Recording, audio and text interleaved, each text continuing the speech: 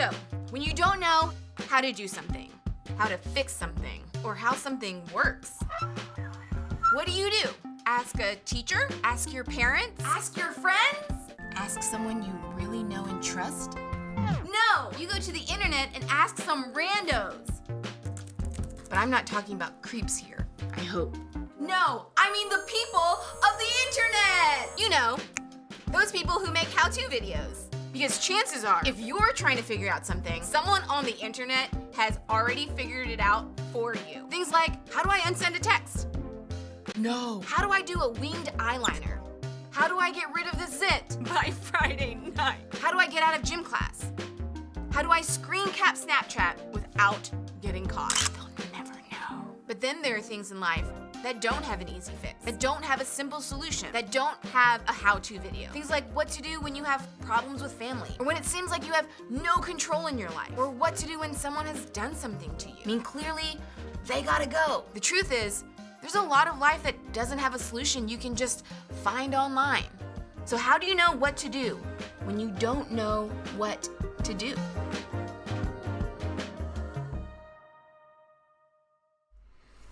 What's up, people? Sorry about that. We couldn't connect with Derek. For some reason, we had a Wi-Fi connectivity problem, so I hope you made it over to this video in time to see my beautiful face. Actually, you can see more of my face than last time. I did shave because I watched my video from last week and I was so embarrassed that I kept doing that stuff. So my apologies that you had to watch that. But anyways, I have a question as we get started. What is your favorite movie and why? Keep it brief, but do write that in the comments. What's your favorite movie and why? Actually, I'm going to type that for you. Let's see if I can spell it correctly. I like movies that have strong character development. I like plot in the movies too. Plot needs to make sense and needs to be compelling, but I really want to connect with the characters themselves. I want to have developed characters that are complex and you can connect with them on a gut level, especially like, take for instance superhero movies. We started out like, 60, 70 years ago, maybe longer than that. I can't remember now, with Superman. And Superman's super OP, right? He's got every power. He only has one weakness, and it's like a stupid weakness. You have to leave Earth to find kryptonite so that you can come back to Earth and weaken Superman with it. Like, he's just too perfect, you know? There's nothing wrong with him. He struggles with nothing. It's hard for me to connect with him. But lately, we've been having a lot more superhero movies that have well-rounded heroes. And the reason that they're well-rounded is the movies go back in time. They show the backstory of the superheroes, how they got to be who they are today, all the little twists and turns in the story of their life that amounted to who they are now. And sometimes when you go back in time, when you have those flashbacks in the middle of the movie, it is disorienting. You're like, wait a minute, how is this going to help? How is this going to make sense later? Why am I even watching this and looking at this? All right, some of the comments have come through, so I got to read these because there's a little delay. But, okay, The Prestige, because it's magic and murder mystery. The Prestige is a sweet movie. Yeah. Dylan says Inception. Okay, Dylan, I see you with Inception. X-Men First Class, also a good one. Awesome montage. Knives Out. Knives Out was really entertaining. That was super fun. Romeo and Juliet. Katie, wow, great comment. Romeo and Juliet, romance plus Elton John plus gnomes equals amazing. Yeah. The Princess Bride, wow, because it's super funny and a great time. Actually, I think that's on Disney Plus now. The Princess Bride. I'm gonna have to check that out. Anyway, all great movies. Thanks for your comments. But sometimes, are you with me? Like when you're just chugging along in the plot of the story and it's right about to get good and then you have a random flashback. of this, interaction that the hero had with some other person in the middle of the movie, you can be like, why am I watching this? Why does this contribute? How does this figure in to the grander story that's at play right now? And maybe you've wondered that about your own life right now. Because here's the thing about the backstory. You don't know that you're living in the backstory until later. We could be living in our own backstory right now, Like the future me can look back and look on these events that I'm in now and say, oh yeah, that happened so that this could happen, and then that happened, and if that never would have happened, then I never would have been here, right? But right now, we can't do that. It's like in The Office when Andy's like, if only there was a way to realize you're in the good old days before you've actually left them. Do you feel that? I feel that. And so sometimes we end up wondering, why am I even experiencing what I'm experiencing? What is the point of me having to go through this? Is it going anywhere? Is it going to matter at the end? Is this leading anywhere? How does this contribute to the plot of my life? I think the situation that we're all in has us wondering that a little bit. And it's exactly the reason why this series on the life of Joseph is so perfectly timed. I could not have planned this if I had tried. It just happened to work out. But man, because Joseph has got to be wondering the same thing, right? He's experienced enough stuff at this point to where it's like, where is this going, God? Like you're telling me through these dreams that you're going to work something amazing in my life, that you're going to take me to an important place in the future, but everything that happens to me makes me feel like I'm going backwards and not forwards. What is the deal with this? And so I think it would help to just take a little look at what Joseph has been through so far. This is the timeline, okay? Remember, he started at home. He's his dad's favorite kid. He has 11 older brothers, but he's still the favorite. He's the youngest. He's the baby. He gets special treatment. Life is pretty good for him until he starts to have these dreams about how his brothers and his mom and dad are all going to bow down to him and serve him. And so his brothers start to hate him, and eventually they sell him into slavery. Plot twist. And they decide not to kill him, which is good, I guess. But they sell him into slavery, and he moves to a foreign country, to Egypt. And things are okay in Egypt. I mean, as the life of slaves go, he's not doing so bad. He's not doing manual labor. He's not like making bricks out of mud or anything. He's just in this guy Potiphar's house, being in charge of all of his household. But then he gets wrongly accused by Potiphar's wife and ends up being thrown in prison for something he didn't do. And at this point in Joseph's life, if you were him, wouldn't you be wondering, why do I need to be experiencing this? What is the point of any of this? Is there even a logic to it at all, or is just random crap happening to me and I have no idea what's coming next? Everything that happens to him seems to be worse than the thing before. Have you ever been there? Maybe you're there now. It's like when this all started out, it's like, great, we get a vacation, free vacation from school, extra long spring break, whatever. And then as time wore on, we're like, wait a minute. This isn't quite as fun anymore. I've beaten all my video games. I've worn all of my new clothes. I have exhausted all of my hobbies. I've had about enough video chats to last me for the next 10 years of my life.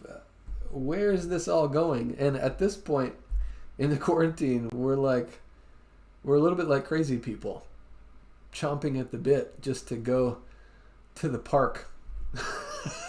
Right? Like, we're just dreaming of the day when we can just walk around freely in public. Doesn't that sound like a dream? To give somebody a hug that doesn't live at your house? Like, whoa! And we're wondering, what is the point of all this? Is there some rhyme or reason? Is there some logic to why we're having to experience this together? And believe it or not, the story of Joseph actually gets a little crazier from here. So we're going to pick it up at this point. He's sitting in prison for something that he didn't do, but he's been wrongly accused, and nobody believes that he didn't do it. So he's sitting in prison, and that's where we're picking it up in Genesis 40. I got my phone Bible systems right here on the Bible app. If you go to the Apple Store, the Google Play Store, wherever you download your apps, you can find the Bible app. If you just search Bible app, you can download it. There's a lot of reading plans on here. We're doing one together right now. It'll remind you every day to spend time in God's Word. It's pretty cool, the Bible app. Or if you want to access it on your desktop computer or your laptop computer that your family has, you can do that too at Bible.com. But anyways, Genesis 40, picking up Joseph's story. He's sitting in prison. This is what happens. Sometime later, Pharaoh's chief cupbearer and chief baker offended their royal master. Pharaoh, remember Pharaoh's like the king of Egypt. He has absolute power. It's not democracy. It's not checks and balances. It's just Pharaoh gets to do whatever he wants, whenever he wants. He's the king. Okay, so Pharaoh became angry with these two officials, and he put them in prison where Joseph was, in the palace of the captain of the guard.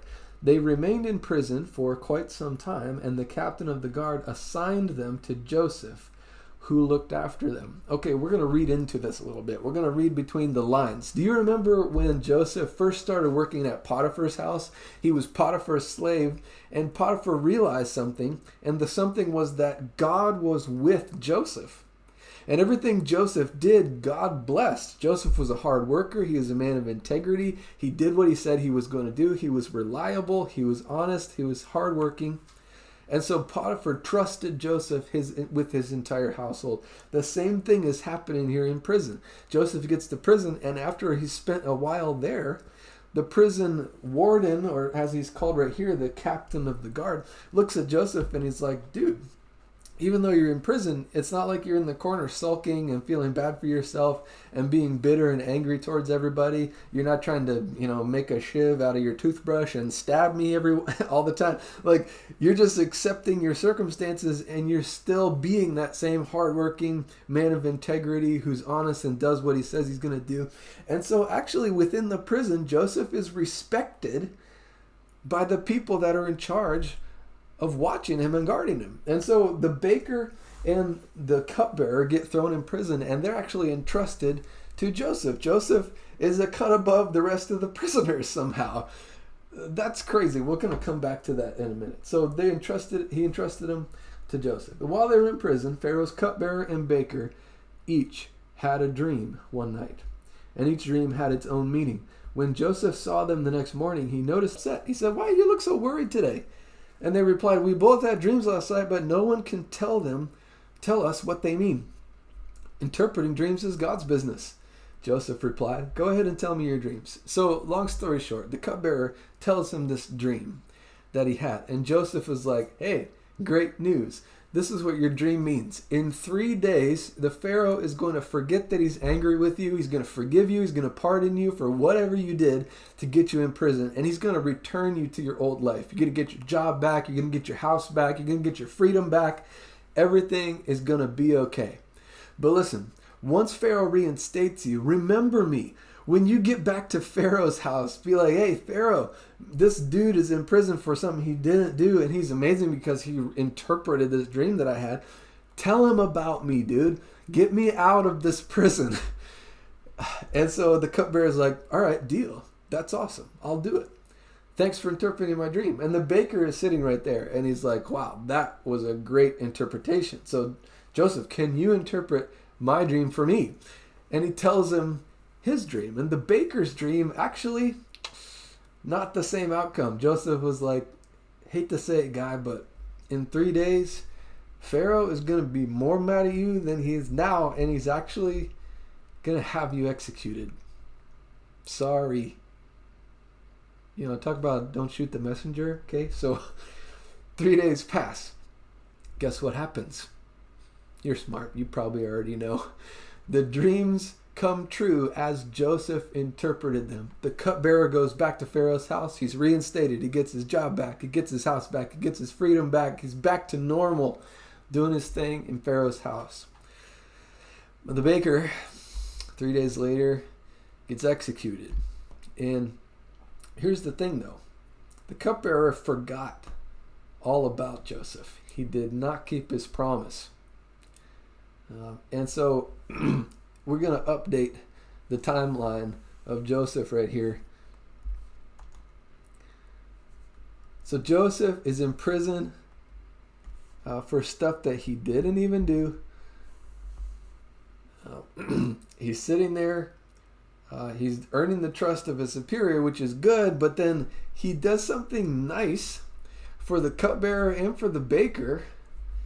And he didn't have to do that, guys. Like, he could have just minded his own business, kept his head down, and stayed out of everybody else's drama. But he noticed that the cupbearer and the baker were looking terrible, and he expressed interest in them and tried to do something good for them just because he's the nice guy. And he still, even though he does something great for both of these guys and interprets their dream, tries to help them, he still is in prison.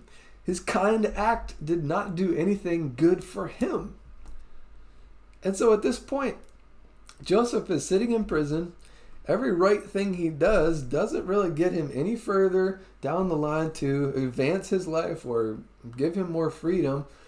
And he's just rotting in prison. And it takes 2 years for the cupbearer to even remember his promise to Joseph. Joseph's sitting in prison just hoping that this guy will remember his name and mention him to Pharaoh. And finally, Pharaoh wakes up one morning and he has had a dream. A crazy dream that he can't interpret. He's asked everybody, his chief advisors, everybody in the palace. He's talked to all the smartest, wisest people in the entire country, and they cannot, for the life of them, figure out what this dream means. And finally, the cupbearer is like, oh yeah, I met this guy in prison and he knows all about dreams. Let's get him up here. So they go to prison, they grab Joseph, they shave his face, they give him a bath, they scrub behind his ears. He's probably so dirty because he's been in prison for years. And they walk him up into Pharaoh's chambers. And guess what? You probably can guess. Joseph correctly interprets Pharaoh's dream too. And long story short, Joseph, in the matter of one day, goes from being a prisoner, rotting away in jail, to being the second in command of Egypt.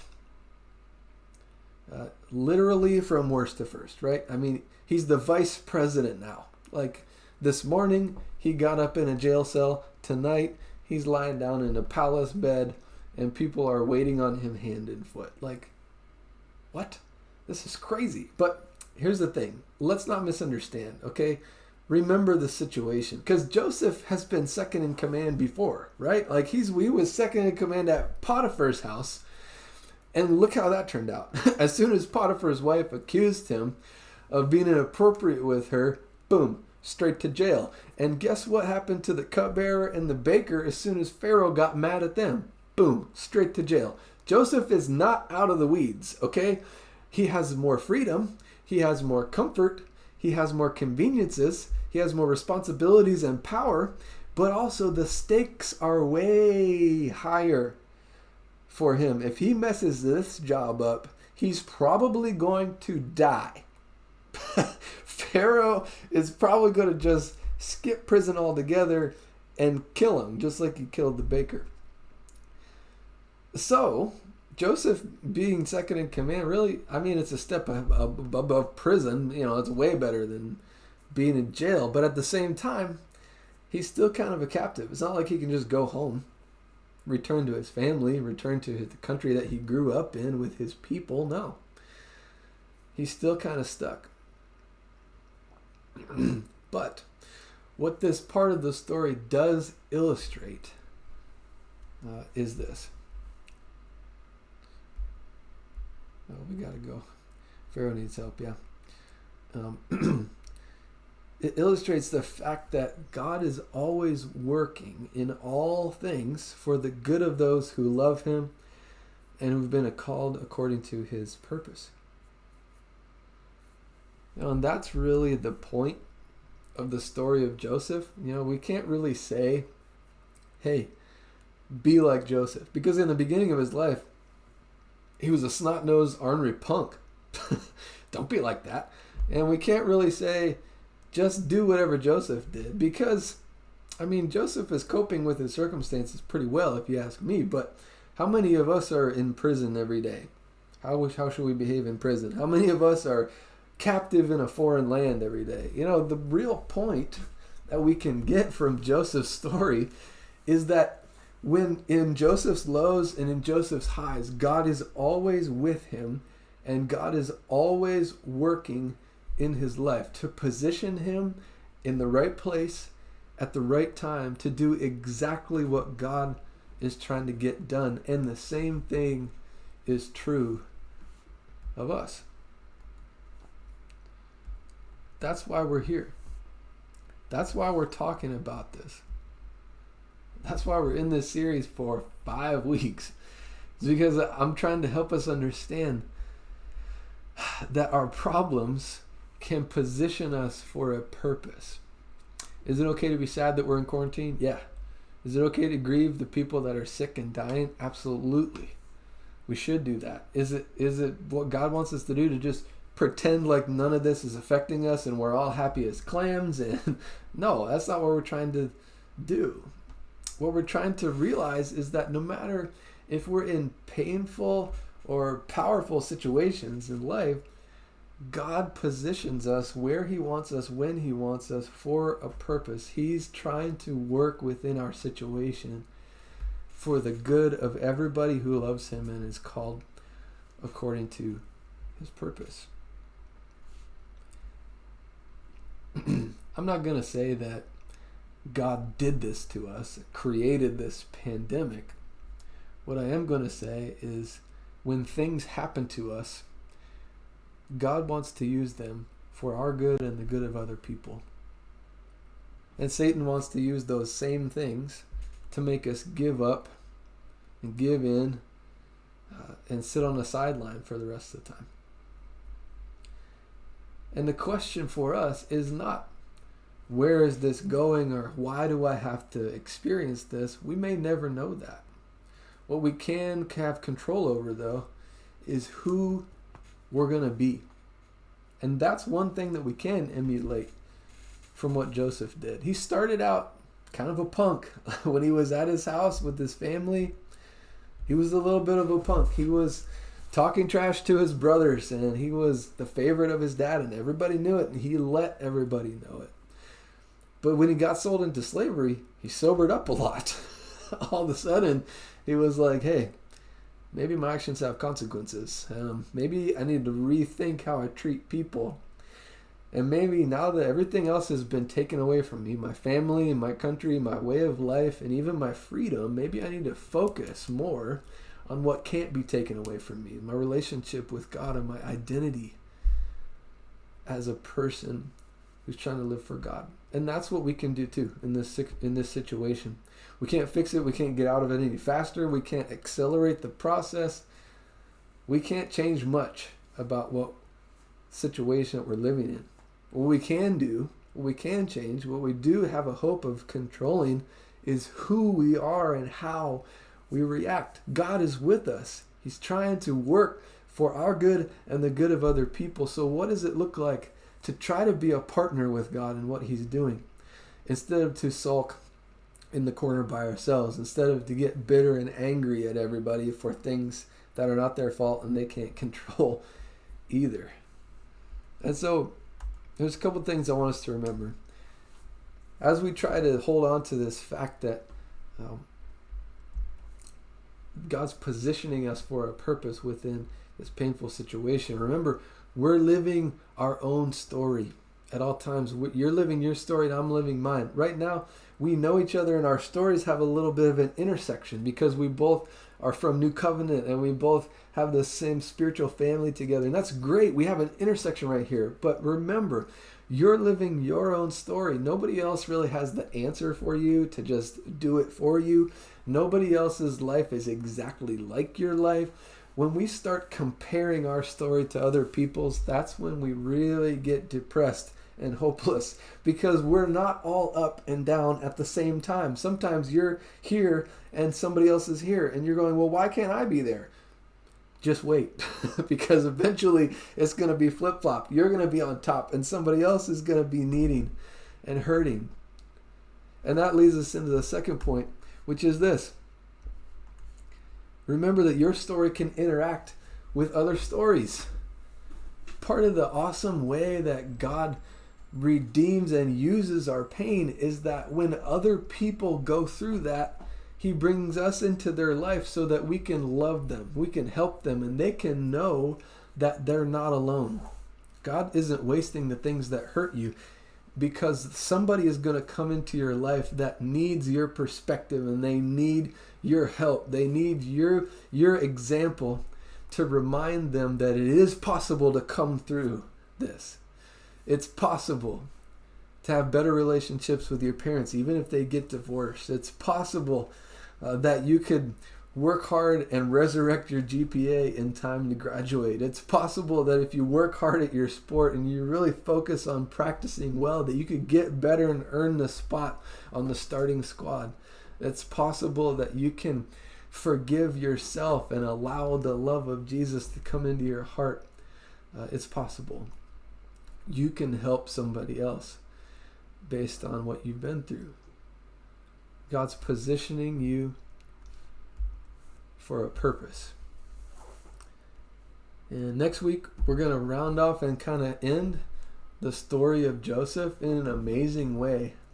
For Joseph, the pieces are going to come back together. And we're going to see that just because it ends well for Joseph, it doesn't erase all the pain that he has been through in his life. It doesn't take it away. It doesn't fix anything about his past. But at the end of his life, Joseph can look back and know that God was always with him, always working for his good and the good of other people.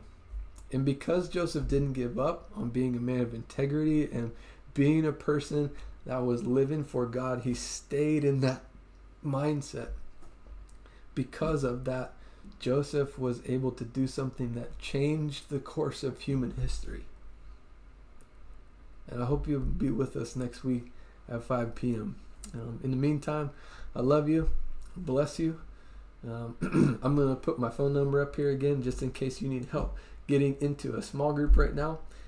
And I will see you very soon. Love y'all.